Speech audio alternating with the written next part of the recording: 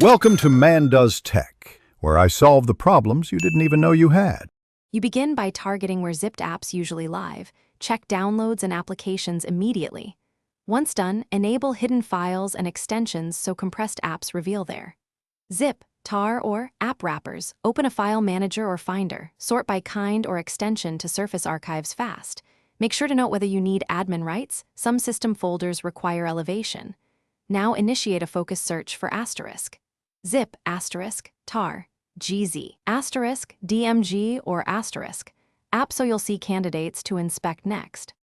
You now evaluate each archive quickly. First, filter by size and recent date so trivial zips drop out.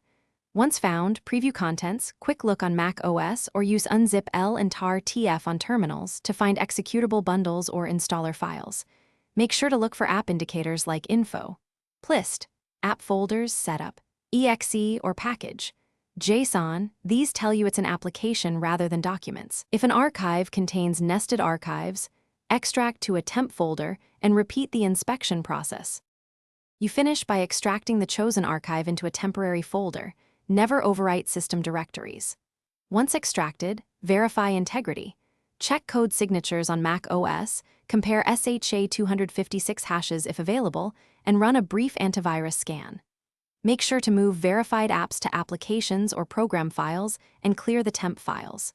If something looks off, quarantine it and perform a deeper scan or manual inspection. This troubleshooting tip prevents accidental execution of malicious zipped apps. Safety first. Thanks for watching. If you found this helpful, don't forget to like and subscribe.